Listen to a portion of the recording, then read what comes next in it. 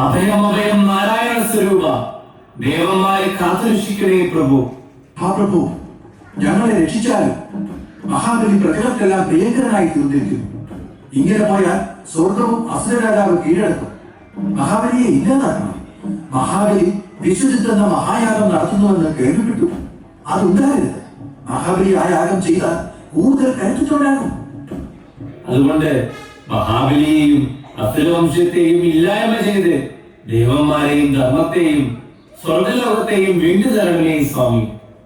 വരായി ഇന്ദ്രാതിദേവകളെ, ഭൂമിയിലെയും നിങ്ങളുടെ സങ്കടത്തെ അറിഞ്ഞവനാണ് ഞാൻ. അസുര ചക്രവർത്തിയായ ബലിയുടെ രാജ്യവാഴ്ചകൾ എല്ലാം ഞാൻ കാണുന്നുണ്ട്.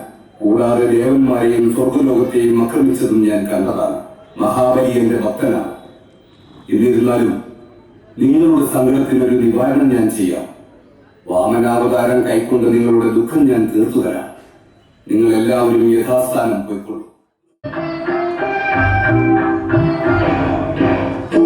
ഓം സൂര്യായ നമഃ. ഓം സൂര്യായ നമഃ.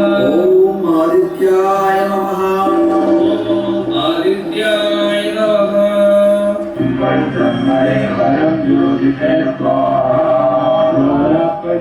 വന്നാലും വിശിഷ്ടകുമാര, നീ ആരാണ്? എന്തു വേണം? ഞാനൊരു ബാലകനാകിയോ?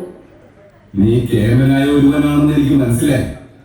യജ്ഞകവാടത്തിൽ വെച്ച് വിശിഷ്ടന്മാരിടത്തിൽ തർക്കിച്ചതെല്ലാം നാം അറിഞ്ഞു. സന്തോഷകരം തന്നെ. എന്താണ് നിനക്ക് വേണ്ടത്? ഞാനൊരു വിശിഷ്ട ബ്രാഹ്മണനാണ്. എന്റെ ബ്രാഹ്മണ കർമ്മം പൂർത്തീകരിക്കുന്നതിന് വേണ്ടി അടിയന് 3 അടി മണ്ണ് ദാനവിലയായി തരണം രാജൻ. ഇതിനാണോ പ്രയാസം ബാലക?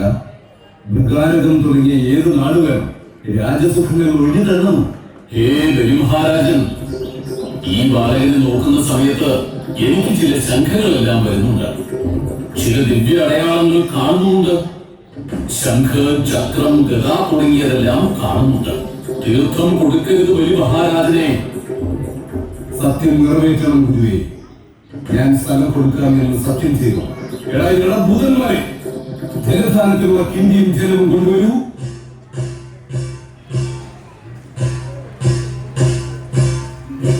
ദാനം ജലദാനം ജീവജലദാനം കാരണജലധീ ആദിമജലധീ ആകാശത്തിൻ ദാനം പ്രളയജലധി പ്രളയജലധി പ്രണവം എന്നൊരു ജലധി ഞാനതിൽ നിന്നും എടുക്കുന്നു തവ കാലടികളിൽ വയ്ക്കുന്നു. സ്വീകരിക്കുക സ്വീകരിക്കുക സ്വീകരിക്കുകീ ദാനജലം.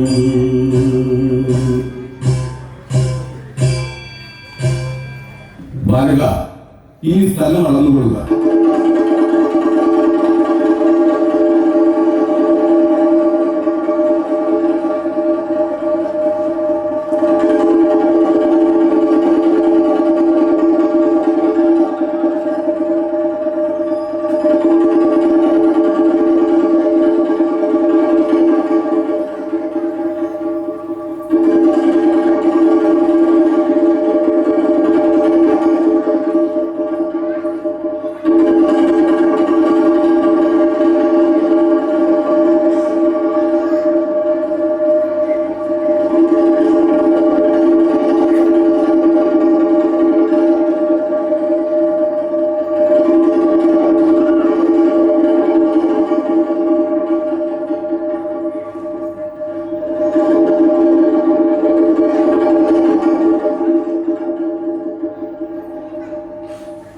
ബലിമഹാരാജൻ, ആകാശവും ഭൂമിയും അളന്നു കഴിഞ്ഞു. 3ാമത് പാദത്തിന് ഇടമില്ല മഹാരാജൻ. ദാനബലി പൂർത്തീകരിക്കുന്നതിന് ഇനി അടിയാനുള്ളത് എന്റെ ശിരസ് മാത്രമാണ്. 3ാമത് പാദം എന്റെ ശിരസിൽ വെച്ചുകൊള്ളുക. അങ്ങനെയാവട്ടെ.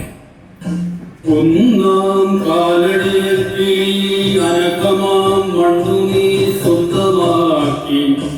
2ാം കാലടിയാൽ അളന്നു വിപുലം പാതാളവും സ്വർഗവും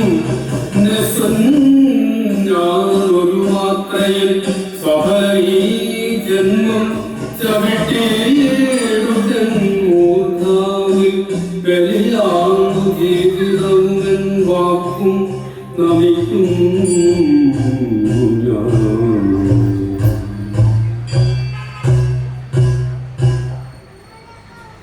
മഹാബലി, നിന്റെ ആഗ്രഹം എന്താ?